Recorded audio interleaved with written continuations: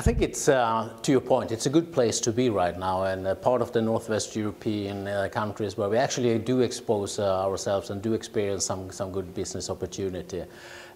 We need, however, stable, predictable markets, and that's where government comes into play with the policy regime that needs to be stable. Just as an example, the energy bill was kind of struggled through Parliament in the end of last year, but we still haven't seen that the government is using the provisions in the energy bill now to kickstart the new round of renewable energy, or even then getting the right pricing for whatever will happen in the nuclear environment. So that's part of the kickstart that the government now can do, showcase that it is serious about getting inward investments and infrastructure investments into place here in the UK. And Siemens has on plan a offshore wind turbine factory in Hull, which has been approved, I think, for several months. Is the prevarication about clarity on the energy bill one of the main reasons why your company has not started the construction work? Is it the strike price, or what specifically is holding you back from starting that factory? I mean, like any investment, it needs to be based on a good and feasible business case. And these are long-term investments, so we need to have some sort of long-term certainty in how the market will develop and how the pricing will be. I mean, industry has taken a large portion into these discussions as well, and are committing themselves to now reduce the prices per megawatt produced hour. And for that reason, in order to also be in the UK market, we need to discuss different things about localizing a larger piece of the production in order to make it more productive and more cost efficient to deploy. So if we have a development arena where people are attracted to the UK government's proposal and policies going forward, and we have customers who are interested in buying turbines, that's a good business case for us. We are not yet there. And I guess also to some extent the developers are viewing the policymakers now and getting some sort of more assurance about how the future will be. We are firming up our own plans on investing. The plans we have calls for a new port facility and a manufacturing in Hull. That's where we have been talking about the last couple of 12, 18 months. And we're still firm on presenting that plan. And may I ask you, are you personally fairly confident, as much as you can be, that the Hull factory will go ahead with the port development? I really do hope, because it would also then trigger more investments in the UK, because setting up offshore renewable power plant, it also needs a sort of transmission and distribution into the grid. So that again creates business opportunities also in other parts of the UK.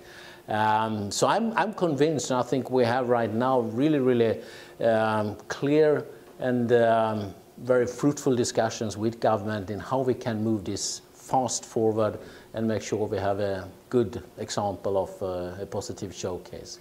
In his interview, Krishnan Gurumurthy asked you what would be one of the first things you could, the government could do to help companies like Siemens make quicker and more long-term investment decisions, and you answered, go ahead with the business bank. This is something that Sir Vince Cable tabled when he introduced his industrial strategy in September last year, but little movement so far. Can you explain how the existence of a business bank in the United Kingdom would help Siemens and your suppliers? Well, that was an example. I think it was more in relation to they have an agenda, let's execute on the agenda. And BIS and the Secretary of State has also then discussed this business bank setup to really foster and make sure that financing is now looking and seeking its way back to the small and medium-sized enterprises. Because in the financial crunch and in the Basel Agreement on EU level, there's a large focus on recapitalizing the banks. So they are kind of in a catch-22 scenario. Not enough funding for that necessity of investing in industry because they need to cover up their capitals before they actually can do some new lending. That's what the purpose of that business bank was supposed to be. So that is the appeal, to really get it going fast, because now the business has the use for it and the need for it. Now Siemens UK has always been well known in the manufacturing space as being hot on education and promoting the skills agenda, trying to plug the skills gap. In fact, end of last week, the company announced that in the UK you'd be going after 5,000 schools to help promote careers in engineering and manufacturing through your education portal. And you've also got something else going on at the Crystal in London. Can you explain those two things, please? Yeah, we have done a couple of things which are related to our own needs, but also partly a corporate social responsibility for us being a large manufacturer here in the UK. And we need to attract more people, more young people into the STEM agenda with science, with technology and engineering and manufacturing. We opened up the first engineering school in UK for over 20 years in Lincoln just a year ago.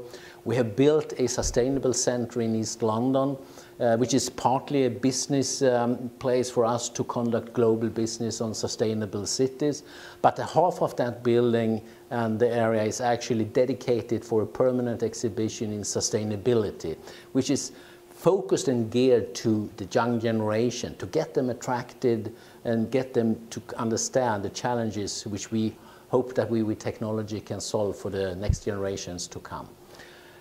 And the education portal, again, a clear demonstration from Siemens, and it's one of a kind in the UK right now, where the schools and teachers can use that in order to also showcase in a more web-based, in a more the younger generation kind of setup thing, so that they can be attracted and do the right selections. Because today only, I think it's about 14% of parents are actually supporting their children, whether they go to an engineering education or whether they are kind of just doing something else. And that's far too low of a percentage to get the industry going. That's the UK specific. Yeah. Yeah. Just finally, Mr. Aurich, you've identified in the speech, and we know well that Siemens has identified 4 or 5 mega trends, big global trends that your business is going after or developing, including trends like urbanization, demographics, and also sustainability through carbon emissions reduction. Now,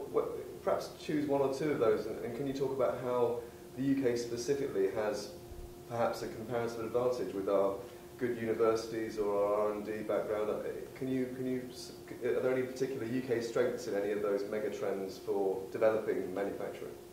Actually, in all of them. I mean, urbanization is clearly a demonstration that we have a couple of stakeholders. We have big cities, we have the congestion issues in big cities, infrastructure, energy supply, water supply, and where we are actually presenting solution, how that could be tackled, how that could be made easier going forward. And there is a great openness in the dialogue, and there are some really strong stakeholders in the London area that also pushes this agenda. So that's a good place for Siemens to be. Energy, climate change, I mean energy efficiency and producing new, more emission-free generation is of course on the agenda. I mean UK has the single largest offshore market in its plan. We haven't seen much yet, but we hope that it gets going rather soon. And the R&D framework, which actually translates into manufacturing, and which then again translates into to making the production more competitive, introducing more automation, more skilled manufacturing technologies, which is the core of our business. So again, UK is a perfect place to be when it comes to how Siemens has outlined its business strategies according to those mega trends. And those trends won't go away in a normal business cycle. They will overarch those kind of developments. And that we have shown over the last years also in the development of our UK business, which has been a very great and positive one.